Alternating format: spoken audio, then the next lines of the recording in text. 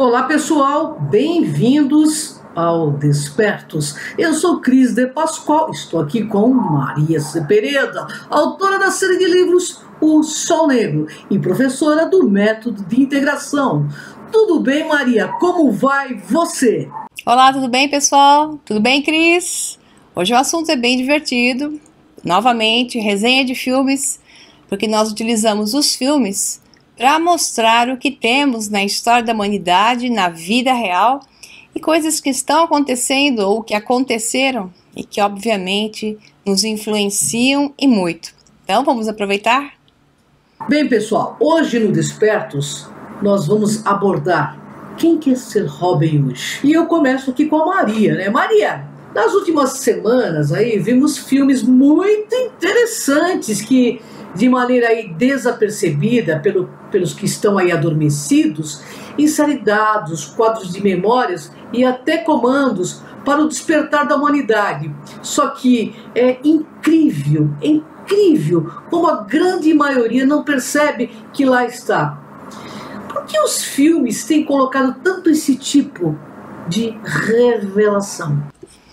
Pois é, essa é uma pergunta espetacular. Eu sempre menciono que aqueles que dominam essa realidade, porque dominam a política, dominam a economia, dominam as ciências, porque afinal de contas as ciências foram retomadas justo por esses que no século XV, XVI, mais especificamente XV, XVI e XVII, começaram a soltar o conhecimento de volta para a humanidade. Isso eu conto bem no curso O Segredo dos Deuses, a verdadeira história da humanidade.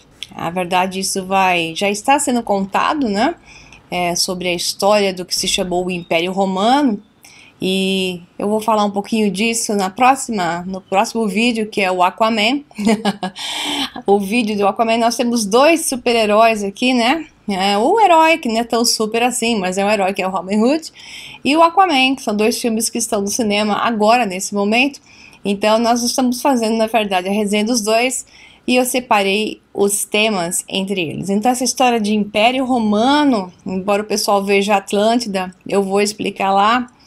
E o que acontece é que esses que vieram de lá, historicamente falando, e seus descendentes, gostam de brincar com a humanidade e testar, porque não só por prazer, mas é porque eles mensuram o quanto funciona adormecer a humanidade, e diga-se de passagem, tem funcionado muitíssimo bem, e quanto funciona soltar informações, principalmente códigos de informação, códigos da matriz de realidade, onde aqueles que estão mais despertos conseguem ver claramente. Só que algumas coisas são tão evidentes que não tem como não enxergar, né? E esse é o caso principalmente ali do filme Aquaman, que tem uns códigos que eu chamo de despertar e de inverter, e aqui no Robin Hood, que tem um código de libertação,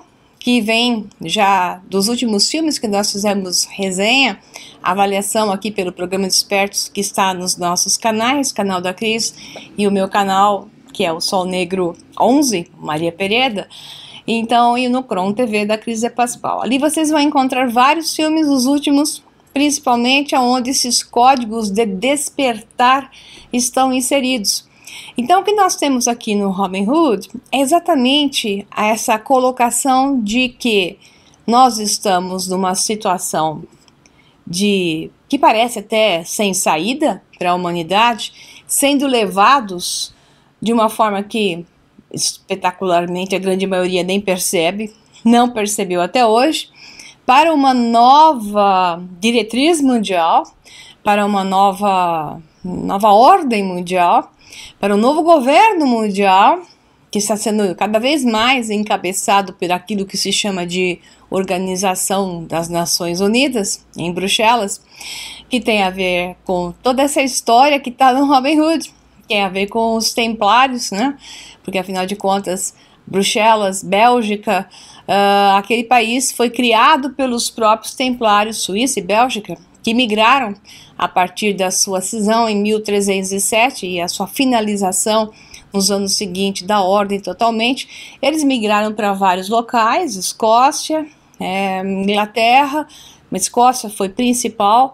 Depois, junto ao mesmo tempo, nós temos uma variação muito importante de como se tornou poderosa a Holanda, diga-se passagem, mas na ordem principal nós temos aqui Bélgica e a própria Suíça. Então aquelas regiões que não se chamavam assim na época, que praticamente eram com menos importâncias, elas acabaram se tornando importantes porque esses templários que têm a ver com essa história, né, que não se aborda assim tão diretamente, na verdade o foco desse filme é mostrar um outro lado, que nós vamos discutir já já, mas que esses templários então levaram esse dinheiro, essa fortuna, né, em tesouros, em ouro para essas regiões e as suas técnicas bancárias. E começou aí todo um processo de se tornar mais plausível, retomar aquilo que foi o Império Romano Germânico, e depois a sequência que nós temos hoje, que eu não vou discutir isso aqui, que nós estamos indo para o Quarto Império Romano, que é o que está se transformando agora, a dominação de Roma, embora não aparente isso, né? Isso eu explico melhor para vocês, mas como Roma, né? Roma. Eu vou explicar isso para vocês melhorzinho no próximo vídeo, né? E esse Quarto Império Romano é o que está sendo colocado novamente para a humanidade. Então, é um processo de aprisionamento total, porque as técnicas hoje são muito mais eficazes do que já foram na história da humanidade, devido à tecnologia que hoje está embarcada e devido à humanidade estar cada vez mais distraída, adormecida, sem sequer ser capaz de enxergar o que está na frente do seu nariz. E também um dos motivos que leva a isso não é só esse bando de distrações que são fornecidas para as pessoas, e sim também o nível da qualidade da informação, a nível de que se projeta na televisão, que se projeta na mídia em geral, dominada totalmente por, abre aspas, eles, fechar aspas, eu brinco sempre com esse termo, né? Que nem aquele que não pode ser nomeado. É mais ou menos assim, embora eu nomeie todos eles no curso. Mas é uma maneira até brincalhona para tirar um pouco o impacto da coisa. Eles dominam a mídia, são donos de tudo hoje, e ao mesmo tempo nos colocam essa chance de olhar para os dois lados, como nesse filme. Olhar para o lado daqueles que estão com eles e olhar para o lado que aparentemente sempre existe. E é possível sair, porque existe uma maneira tão simples de fazer com que eles percam o poder e de forma hilária. A humanidade ainda não percebeu qual é essa maneira, mesmo que até eu constantemente diga o que é que deve ser feito. Mas, enquanto isso não entrar no estado consciente, isso virar uma consciência de massa, por mais que eles coloquem tudo bem às claras nesses filmes, rindo da gente, mas realmente eles dão os códigos da matriz de realidade de libertação, as pessoas não entendem. E até acham o filme ruim, como a gente vai ver já já. É com você, Cris. Maria, o filme Robin Hood de 2018 é um dos que fazem isso, né? E foi fortemente criticado pela mídia e críticos em geral. O que tem esse filme que incomodou tanto, hein, Maria? Diz aí. Vamos fazer uma análise aqui daquilo que se diz na mídia, né? Do que tem nas páginas dos que fazem resenhas de filmes, daqueles que se acham analistas, especialistas em produção de filmes e analisar a sua qualidade, os críticos, sendo que a grande maioria dos críticos também não enxergam palmo à frente do nariz e querem ver sempre a mesma coisa do mesmo jeito. E quando algo sai do estilo, por exemplo, uma historinha contada daquele jeito, o público acaba caindo nessa dos críticos que querem que a historinha contada daquele jeito seja sempre a mesma. Mas será que não pode ser contada de maneira diferente? E se contar de maneira diferente e inserir novas informações, não pode? Na verdade, esse é o problema. Quando nós comparamos dois filmes, como vai ter o próximo vídeo, que é o caso do Aquaman, a informação que está lá, eu chamo de uma informação da história invertida. A inversora digamos, da realidade onde estamos, embora conte sempre uma saída, mas de uma outra forma. Aqui, como ele chama as pessoas para a ação e mostra que ninguém sozinho vai ser capaz de salvar a humanidade, e sim, as pessoas têm que participar disso, essa chamada para que todos atuem juntos, e se isso for feito, a solução virá. Basta que tenhamos um líder, e esse líder vai ter que chamar, e quando chamar, as pessoas vão ter que acudir, né? E não deixar que ele faça tudo sozinho. Porque hoje o que nós temos é que as pessoas ficam esperando que alguém desça do céu e faça o serviço para ela. Antes era Jesus, agora são os ETs, né? Então vamos continuar esperando, porque ninguém vai vir fazer o serviço que é teu. Então esse filme, Robin Hood, chama as pessoas para ir para a ação.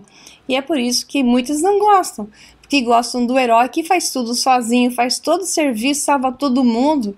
E poucos ficam sabendo até que o que aconteceu e continuam só assistindo televisão e comendo pipoca, tomando cerveja, se for só isso.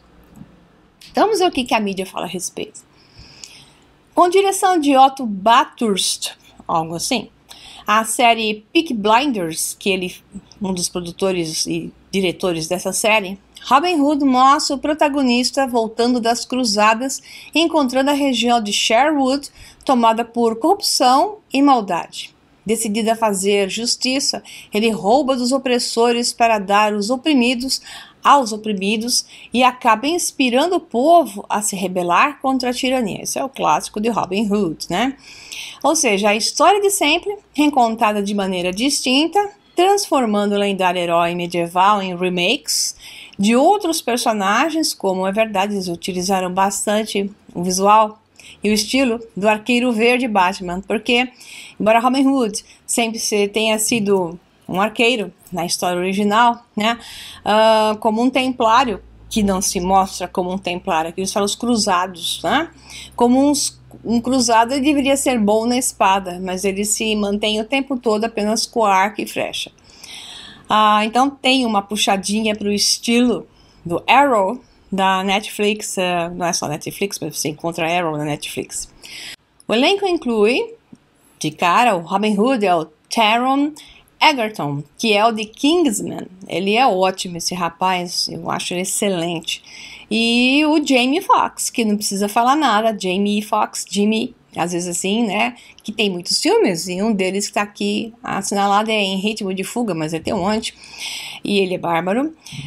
Como o Little John, que não é nada de Little aí, né, que na história original ele era chamado de Little John, aqui ele é o João Pequeno. Jamie Dornan, que é o de 50 Tons de Cinza, que eu acho ele meio meia boca, né, é um ator que só tem uma expressão e uma forma de atuar. Então, bonitão, mas não é um grande ator. E como Will Scarlett, que vai ser o vilão do próximo que virá. E os outros que eu não vou falar aqui, porque tem outros bastante famosos aqui, né? Mas acho que o que vale mais é frisar esses aí. Então, a estreia foi em 22 de novembro no Brasil e um dia depois do lançamento nos Estados Unidos. Esse filme faturou razoavelmente bem no Brasil, não foi em primeiro lugar, mas o investimento mundial, digamos que ficou elas por elas, não houve lucro, porque eles investiram 100 milhões e receberam 100 milhões, ou seja, esses filmes também que se investem 100 milhões, dificilmente, a não ser esses grandes da Marvel, coisa assim, conseguem passar dessa margem de valores, né? O investimento é muito grande. Mas aí vieram as críticas, por exemplo, do Pipoca Moderna, desse blog, diz assim, que acabam copiando aquilo que está nos blogs americanos. Diga-se passagem, todas as críticas são cópias. É muito interessante isso, porque basta soltar nos Estados Unidos aquelas críticas pagas, né, pelos concorrentes ou então pelo que querem que diga, porque não querem que as pessoas assistam isso, por causa que tem um interesse por trás, muitas vezes para que assistam, ou interesse por trás para que não assistam, né? Nesse caso eu diria exatamente isso. Então a crítica foi muito além daquilo que o filme merecia. Aí diz assim: os trailers já sugeriram que o novo longa de Robin Hood era ridículo. Eu não acho.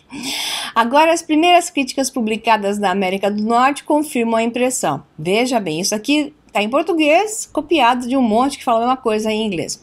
Destruído por resenhas muito negativas, o lançamento, que no Brasil se chama de Robin Hood: A Origem, gerou uma porção de frases de efeitos de envergonhar seus produtores, entre eles Leonardo DiCaprio, que é um dos produtores, amargando apenas 15% de aprovação no site Rotten Tomatoes, tomates podres, né, estragados. No mesmo nível de tomate que tomou o Transformers, candidata a framboesa de ouro de pior filme do ano. Nossa, isso aí só pode ser resenha paga. Leonardo DiCaprio pode descansar sabendo que esse fiasco vai ser esquecido, olha que maldade, tão facilmente que ninguém nunca lembrará que ele existiu, muito menos que foi produzido por ele. Isso aqui tudo só acontece, é uma cópia da revista do que saiu em publicação na própria Hollywood Reporter, né, e no próprio site The Wrap, fala assim: cheio de estereótipos, roteiro horrível cinematográfico, a moda de 300 Spark deve ser. O filme não funciona. Ninguém pediu por esse filme, olha só, e ninguém deve ser obrigado a aguentá-lo. Isso é, com certeza, uma campanha contra. Olha só o que o The Guardian falou, isso não é natural, né, pessoal? Essa estupidez para com. Então você pode ter certeza que esse filme tem alguns códigos que eles não querem que sejam revelados. Esse filme pretensioso que se escora completamente efeitos digitais não é mais sobre roubar dos ricos para os pobres, mas para roubar de Guy Ritchie, que fez um desses filmes, né? E até o Sherlock Holmes. Os efeitos têm a ver, a flecha que vem no ar, aquela coisinha slow motion da flecha, e dá pra ver por onde a flecha vai, mas foi muito de leve isso, não é tão cansativo como os do Guy Ritchie, que fica 2 anos fazendo esses efeitos.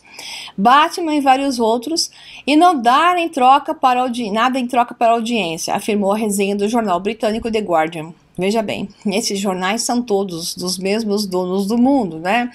Washington Post: não passa de um cozido sem sabor de todos os clichês de filmes de ação já escritos, recheado por especulação histórica, revisionismo preguiçoso, fulminou The Washington Post. Como se esses filmes que passam hoje no cinema e eles carregam de elogios fossem diferentes. Então, novamente, o filme poderia ser melhor em vários aspectos, mas ele não tem a pretensão de ser uma coisa assim, drama. Ele tem uma pretensão de ser uma comédia com ação na história de Robin Hood e inserir esses códigos, como eu falei, que tem que ativar a mente das pessoas para olhar para um outro lado. Inclusive, acaba com a igreja, né? Acaba com a visão do que a Igreja Católica queria em cima, a intenção que ela tinha sobre as cruzadas. Qual era a sua intenção? Espoliar dinheiro. Qual era a intenção da igreja para com o povo? Espoliar, dominar, submeter, subjugar, escravizar. Ué, essa é a história da humanidade, nunca foi diferente. A igreja sempre foi uma empresa. A Igreja Católica é uma empresa, sempre foi. O erro foi achar que isso era uma organização ligada simplesmente a uma questão espiritual. Só que quem estuda história e acompanha todas as ações da igreja e de seus representantes mais importantes, percebe que nunca foi isso. Percebe que eram corruptos, ligados às famílias mais ricas, né, da Itália como um todo, de reinos e de cidades poderosas, como era o caso de Veneza, como era o caso de Gênova, por exemplo, e que eram donos de todo o dinheiro daquela região e que por isso compraram o Vaticano, criaram o Papa, dominavam os papas, decidiam que os seus papas entre as famílias que estavam no poder. Então essas famílias todas poderosas é que decidiam quais iam ficar no poder e trocavam entre eles.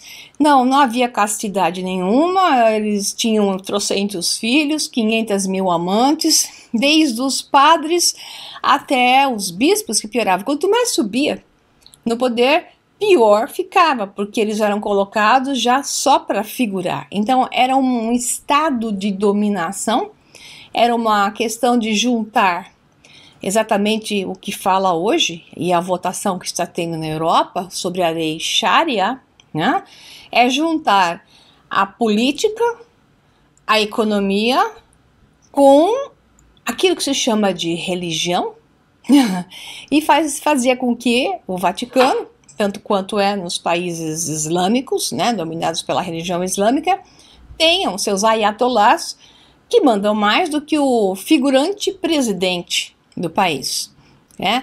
Então o que nós temos hoje no mundo é retornando esse padrão. Imagine você se a Europa está se movimentando para aprovação da lei Sharia, ou seja, Império Romano, pessoal, Roma de volta ao poder. Então esse filme, ele joga isso, né? Traz essa lembrança de volta, e o pessoal que é bonitinho e acha tudo lindo, diz, não, mas a espiritualidade estaria ligada, então, aos partidos políticos, aos meios políticos. Isso nunca dá certo, porque enquanto o poder político vigore, aquilo que se associa, sendo chamado de religião ou espiritualidade, como você quiser, será meramente focado no poder, como foi historicamente. Então, o que você tem do Vaticano era o representante e dominante maior do Império Romano, né? E isso a gente fala mais um pouquinho no próximo vídeo, mas é por isso que esse filme incomodou bastante. Então, é com você, Cris. Maria, poderia nos explicar aí rapidamente sobre as cruzadas? Por que isso aconteceu? Porque hoje estamos na 11ª ou na 12ª cruzada. Vou fazer uma coisa rapidinha aqui, né? Só para vocês encaixarem, porque no Robin Hood vocês não têm os templários, eles não aparecem com suas cruzes, a cruz de Malta, né? Não aparece com a sua roupinha branca, com aquela fita vermelha em volta, que era o próprio estilo Hassan Sabah da Pérsia. Quem assistiu meus webinários gratuitos no meu canal, viram a história de Hassan Sabah, a Ordem dos Assassinos da Pérsia, no castelo de Alamut, que foi quem treinou, na verdade, os primeiros templários e deu a eles muitas técnicas de fazer coisas não muito bonitas, digamos assim. E ao mesmo tempo, depois, eles acabaram se estranhando, porque segundo Hassan, eles não cumpriram com as promessas, o que era de se esperar. Obviamente, eram para extrair as informações de Hassan, as técnicas sutis de inteligência e de luta em si. Por isso que os cruzados os templários tinham a semelhança, digamos, a vestimenta de Hassan. Não é à toa. Então esse resuminho pequenininho está no website todamateria.com.br/as-cruzadas, e é um site simples, mais para estudantes, mas eu acho que fica fácil vocês entenderem esse resuminho. Então as cruzadas eram expedições de caráter religioso, econômico e militar, foi sincero, que se formaram na Europa entre os séculos XI e XIII, contra os heréticos e os muçulmanos. Foi uma desculpa ótima, né, para conseguir obter os grandes tesouros que eles conseguiram.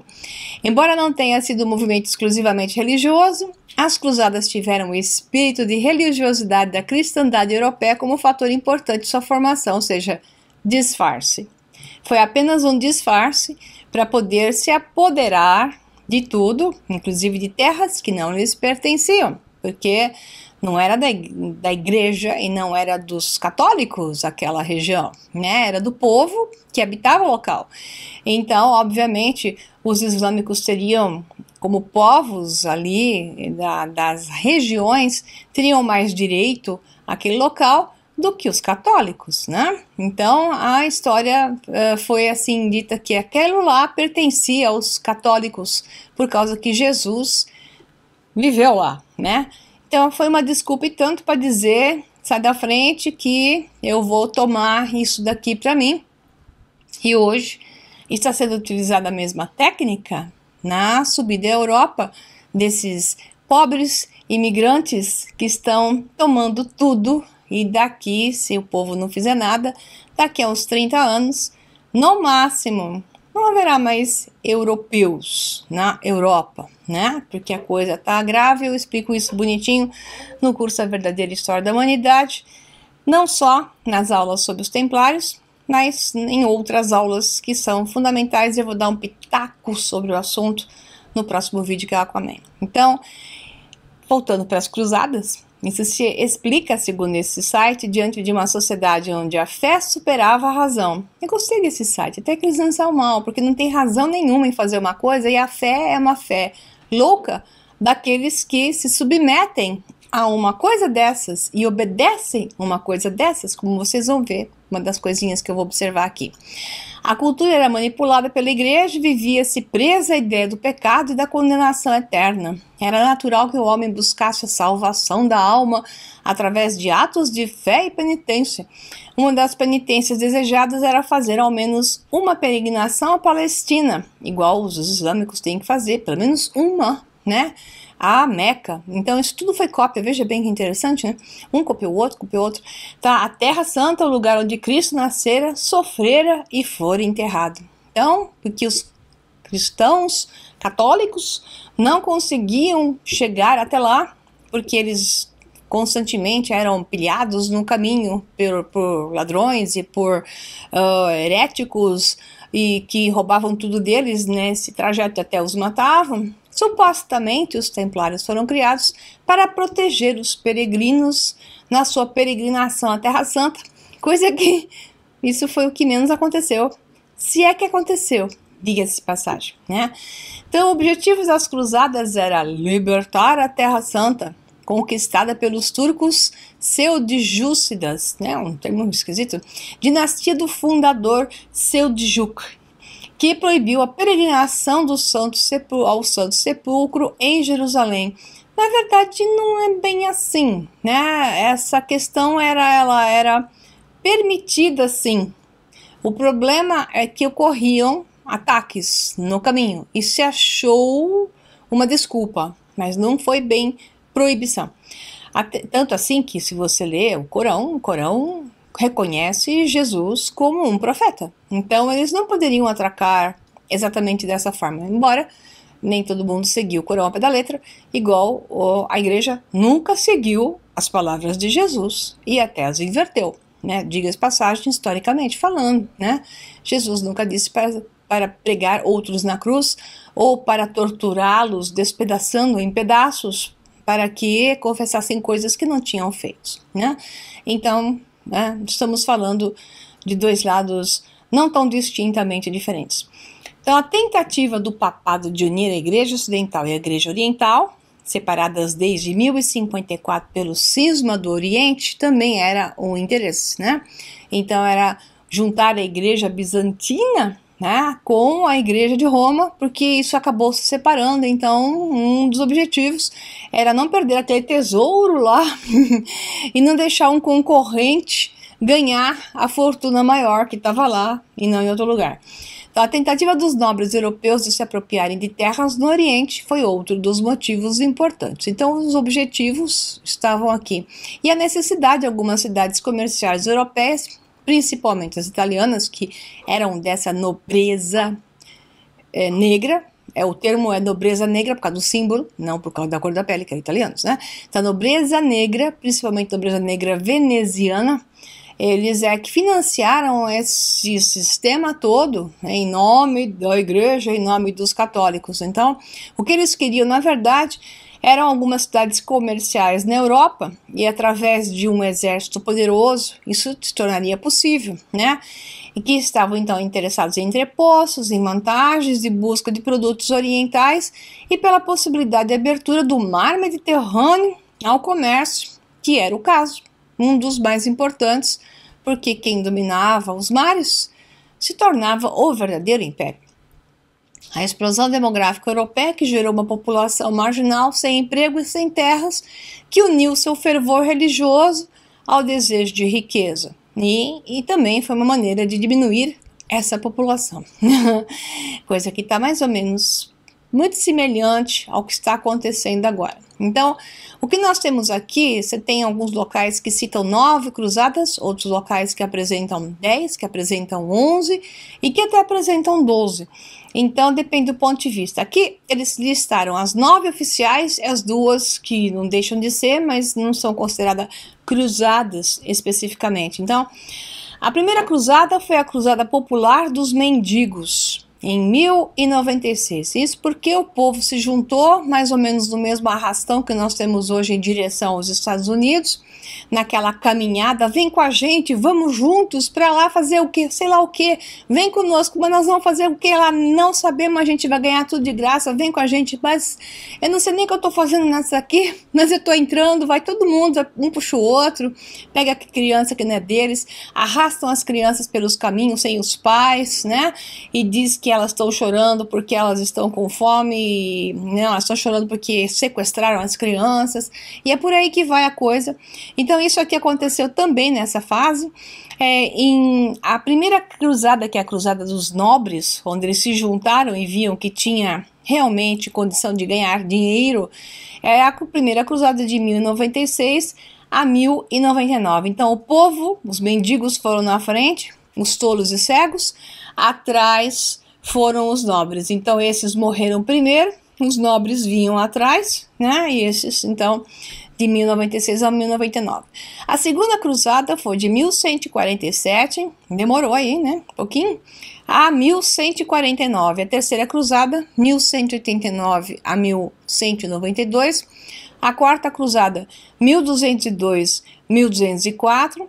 A quinta cruzada, que não se considera a quinta, porque foi considerada só a Cruzada Albigense. Essa Cruzada Albigense, ela foi feita para exterminar o catarismo no sul da França. E não estava só no sul da França, ele estava crescendo, estava entrando no norte da Itália, tinha tomado várias regiões já da Grécia. Então, como o catarismo, que era uma versão do cristianismo não submetida a Roma, e com princípios mais originais e sincréticos a um passado da humanidade, não vou explicar tudo isso aqui, senão fica muito longo, né?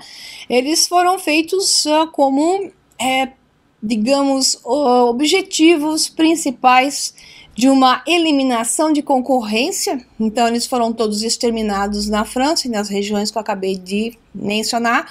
E então essa também é chamada uma cruzada, mas não haviam mouros, e sim gente boa, com um bom coração, sendo exterminada, porque era concorrente do Império Romano, né? Cruzada das Crianças, essa foi linda, em 1212. A Cruzada das Crianças é diz assim, misto de fantasia e fatos.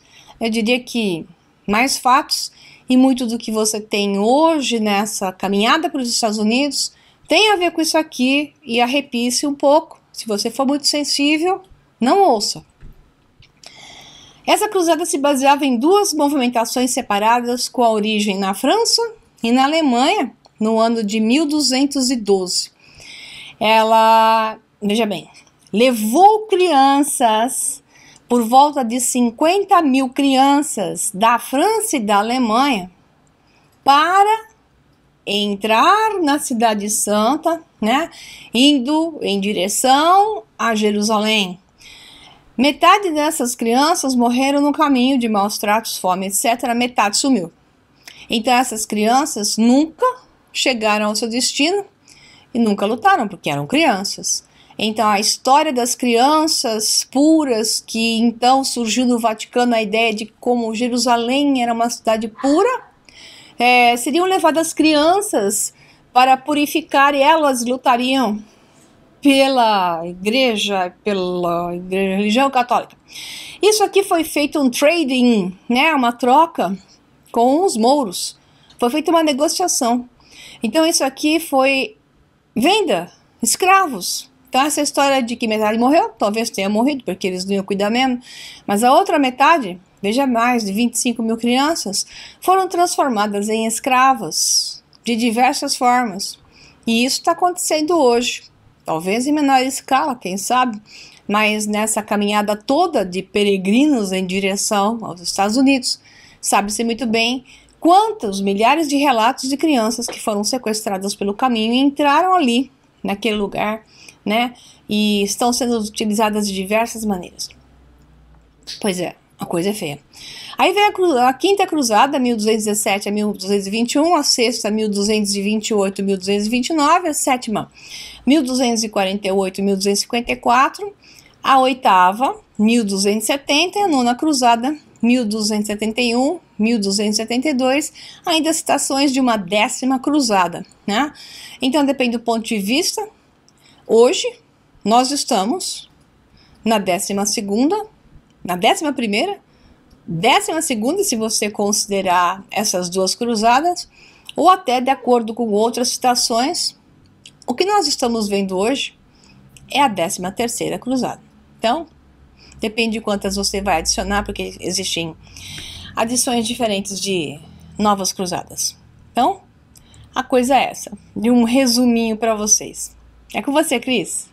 Maria, quais são as frases, diálogos que você anotou em Robin Hood e que levam análises interessantes? Eles não são umas frases assim de grandes impactos, mas com uma profundidade interessante para análise e algumas dicas, né?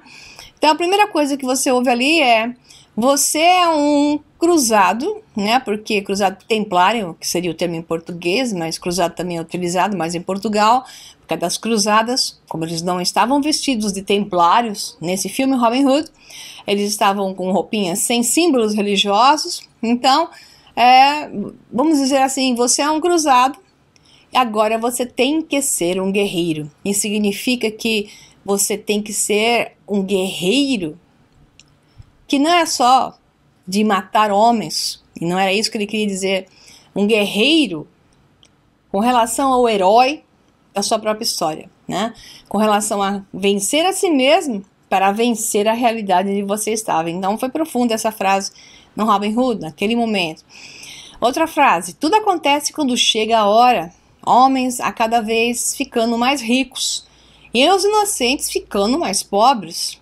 Chegou a hora de fazermos algo a esse respeito. Aí tem uma das frases pelas quais tantas críticas caíram em cima, e foi feito, né? Então alguém sai para ajudar, mas no final as pessoas ajudam, acordam, despertam e fazem, também se transformam em guerreiros, né? É o herói de sua própria história.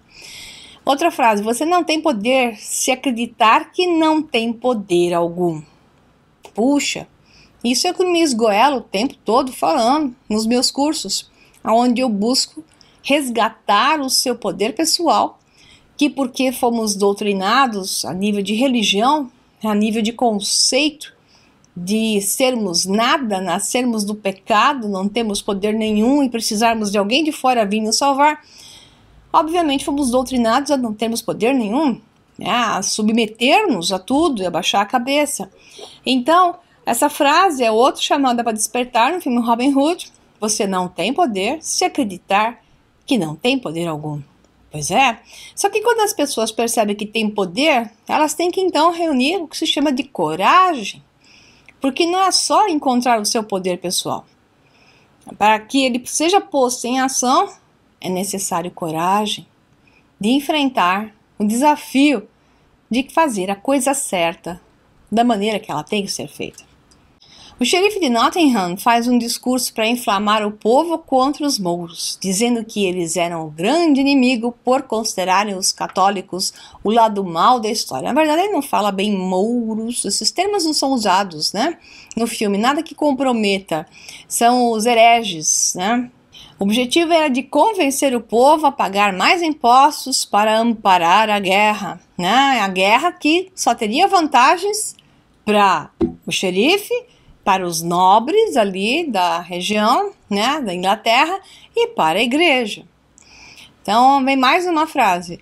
Roubem é perigoso, pois está dando esperança para o povo. Uau, diz o bispo, que sugere ter uma ligação homossexual com o xerife. Então tem várias colocações ali, nada contra ele ter uma relação homossexual, mas ele era um bispo. Então supostamente ele tinha que ser casto, né? Então aí mostra que religioso ele não é. Então, não é utilizada a questão da homossexualidade como mostrando que está errado, não é isso? Está mostrando que ele não segue a religião, portanto, se ele não é um religioso e não é um exemplo de exercício da religião, obviamente todo o exemplo dele era corrupto, né? Então, eles eram todos corruptos e trabalhavam em função de si mesmo, escravizando o povo. Daí que roubem é perigoso, pois está dando esperança para o povo. Mais uma frase boa, que é assim: medo é a mais poderosa arma no arsenal de Deus. É por isso que a igreja inventou o inferno, né? É dito lá pelos próprios, né, os poderosos, numa discussão entre a igreja e o xerife, né? Medo é a mais poderosa arma no arsenal de Deus. É por isso que a igreja inventou o inferno, com toda certeza. Para fazer o terror do povo, o xerife é abençoado pelo bispo e diz: vá com Deus, xerife, ou seja, mate todos, arranque todo o dinheiro e faça o que quiser com eles, desde que você me traga dinheiro. Essas coisas lindas que tem em Robin Hood. Então o xerife e a igreja local causavam terror nas pessoas através das pressões, invasões, assaltos, prisões e por aí vai. Então tem sempre alguém, ao mesmo tempo, querendo ocupar o lugar do vilão. Então no filme, quando se mata um, surge o outro, que era o marido da Marianne, né? Já que o Robin tinha ficado 4 anos fora, quando ele volta, né? Ela tinha recebido a informação de que ele tinha morrido. Ela se casa com um que fazia papel de bonzinho, mas que depois, no final do filme, mostra que tudo que ele fazia era esperar o lugar dele e se torna o próximo vilão. Quando o xerife de Nottingham morre, ele assume. Então, é o que acontece com a humanidade de hoje. E vem a pergunta da Cris, que se liga com o que eu ia dizer agora. É com você, Cris. Maria, o mundo, do seu ponto de vista, tem salvação? O mundo teria salvação se não acontecesse exatamente o que aconteceu no final do filme. E qual é? Você mata o bandido mor, já que faltava matar lá o bispo lá, né, os da igreja, né, que faziam a sujeira junto com ele. Mas na hora que se mata o bandido mor, surge outro. Eu costumo dizer o seguinte: no mundo onde nós estamos hoje, na hora que você mata um dragão, você descobre que ele era uma hidra, igual a hidra de Lerna, da mitologia grega, né?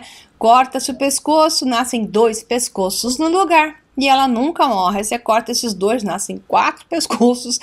E a coisa não acaba nunca. E é o que acontece.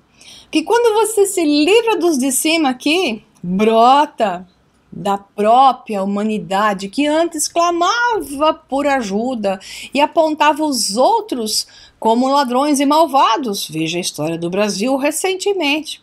Aqueles que vociferavam apontando os outros de corruptos foram ainda mais corruptos e fizeram a pior desgraça da história do Brasil, a nível de roubos, que sempre foi, mas realmente a lambança foi muito maior.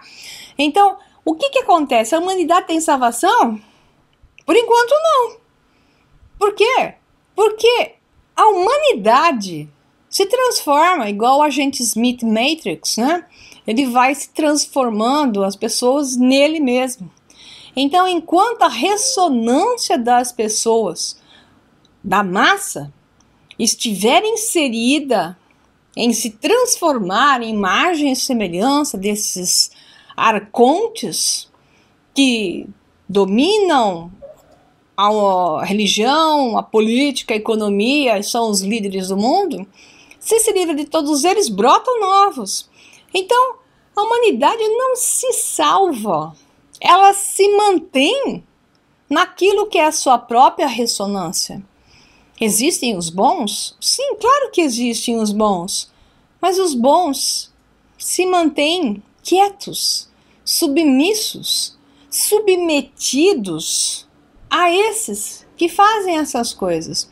Igual naquela série Vikings, que está passando na Netflix, que eu fortemente recomendo. Você vê o quê? A turma boa obedecendo um louco. Esse louco quer matar todo mundo e tudo, se apropriar de tudo que é terra que tem pela frente. Aí todos os bons se colocam, aspas, bons lá, porque bons lá é aspas, né? Se colocam contra, não querem fazer aquilo, mas acabam obedecendo. A pergunta é, por que as pessoas obedecem seres assim? Por que surgem líderes loucos que as pessoas os obedecem? Ok, eles vão camuflados e podem enganar, igual esse Macron da França, que é um demônio, né? E ele se camuflou com uma pele de cordeiro, mas por detrás estava um demônio. E a coisa tá também com a esposa dele, porque ela que botou ele nessas famílias poderosas, porque ela vem de famílias poderosas, pegou o menino novinho, jogou lá, corrompeu porque era corrompível, né? E colocou ali, preparou, azeitou, porque faz parte dessas famílias poderosas que fazem isso, preparou o líder para o futuro. Só que as pessoas votam, muito bem, foram enganadas, mas por que votaram na esquerda? Você não percebe o que é esquerda? Não estudou história? Então, não estudou história, não entendeu, não acompanhou a história da humanidade, não viu o que a esquerda faz, né? Extrema-direita também faz ECA, né? Então, observe os lados, saiba em quem votar. Mas a esquerda do mundo está acabando com tudo. Desde 1890, vem acabando com tudo. 1915, a coisa começou a imperar. E aí, 1918, se manteve e foi só se desenvolvendo e se tornou visível durante a Segunda Guerra Mundial, quando se revelou mais do que nunca, né? Não através de Hitler, estou falando do Stalin e a Rússia, né?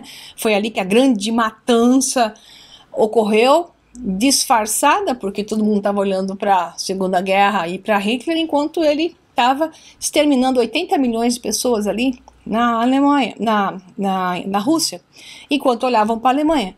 Então, assim, esse jogo onde as pessoas não sabem história, não veem o que é que acontece, paga caro, que foi o que aconteceu. Então, o mundo tem salvação?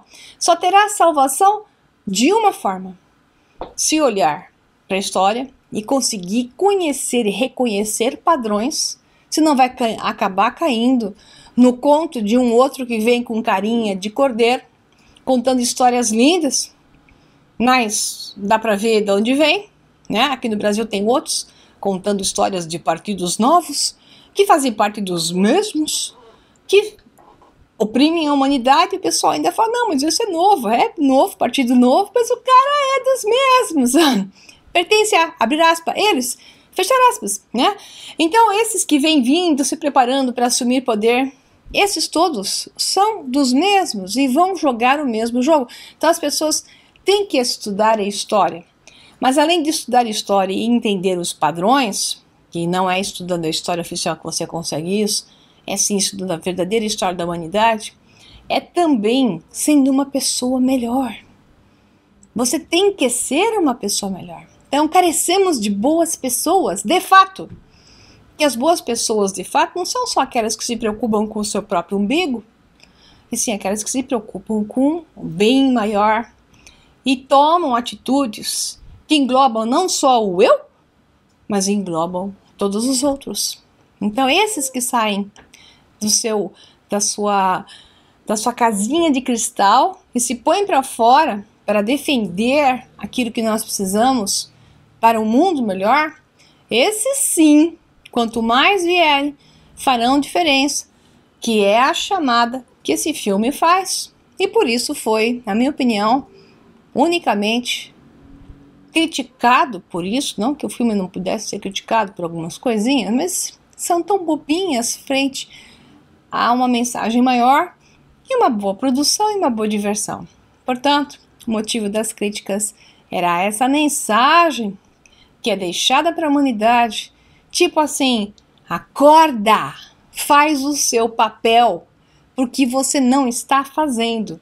E para isso, você precisa entender a história. Meu filho ou minha filha.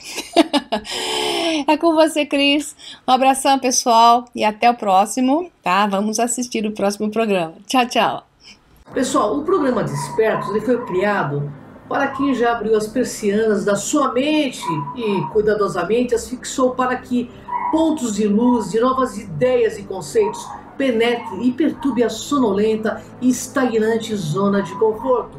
O programa é para os poucos que querem entrar na terra firme da experiência direta, por não virem outro caminho mais seguro a tomar. Robin Hood, pessoal, é uma analogia entre a ficção e a realidade.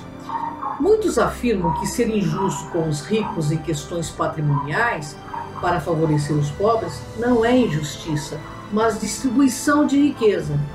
Devemos reconhecer a vinculação ainda imprecisa entre os conceitos de justiça social, que pode facilmente ser reduzida a uma farsa, uma fachada nobre para ocultar do povo a realidade das discriminações e das injustiças.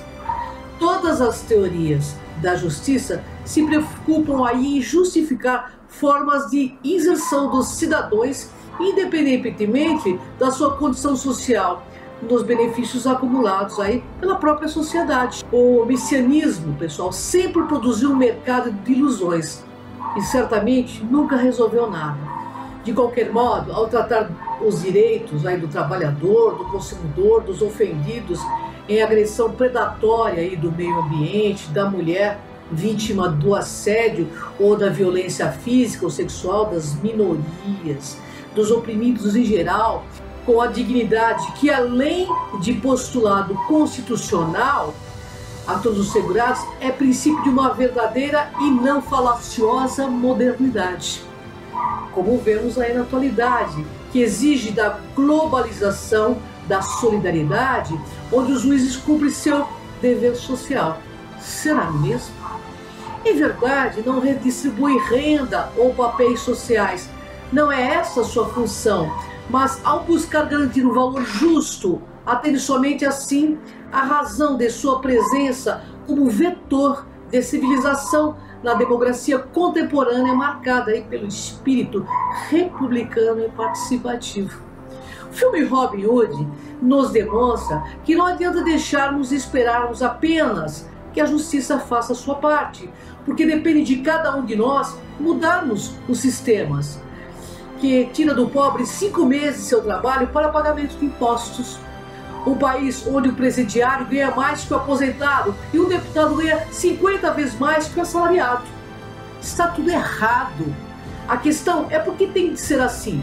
Está na hora de rompermos barreiras, quebrarmos paradigmas, questionando regras estabelecidas e seguirmos em frente de forma inteligente, exigindo os nossos direitos, que somos a maioria. A elite política ou social não é celebridade, eles são funcionários do povo, porque todo o lucro que eles têm advém do trabalho de milhões de escravos que se submetem e aceitam ser escravos. Robin Hood, então, eles nos ensina que na modernidade podemos buscar pela igualdade social, não aceitando o regime escravocrata das elites que nos é imposta. Porque enquanto não entendermos que eles precisam de nós e não nós deles, a gente não mudará o sistema. Robin Hood é a mente que abre-se ao ré voltado e abomina o si voltado. Se queremos mudança no mundo, que a justiça seja feita pela sociedade unida e não classificada e dividida pelo dinheiro ou pela cor, nem pelo sexo, nem pela religião. Nós precisamos urgentemente exercer nossa humanidade juntos para que possamos todos tomar posse do mundo, trazendo paz, amor, igualdade e fraternidade. Precisamos nos unir e ser justos conosco, com as pessoas, com a flora, com os animais, porque se assim o fizermos, derrubaremos com a injustiça tão normalizada no mundo atual. Lembremos que o problema mundial é, antes de tudo, individual. O mundo precisa de cada um de nós, pessoas corajosas, que sejam capazes de deixar esse legado ao futuro homem da Terra, dignos de sermos chamados de homoconsciência. Lembra-se, seja qual for a situação, depende exclusivamente de nós. Depende de nós porque nós somos a maioria. Nós somos uma unidade. Uma unidade. Até o próximo Despertos, pessoal. Feliz Natal, um ano novo cheio de lucidez, de muita coerência, muita lógica e de muita justiça para todo mundo. Inscreva-se no nosso canal no Som Negro 11 e no Chrome TV, canal do YouTube. E vem com a gente nessa jornada. Até o próximo Despertos.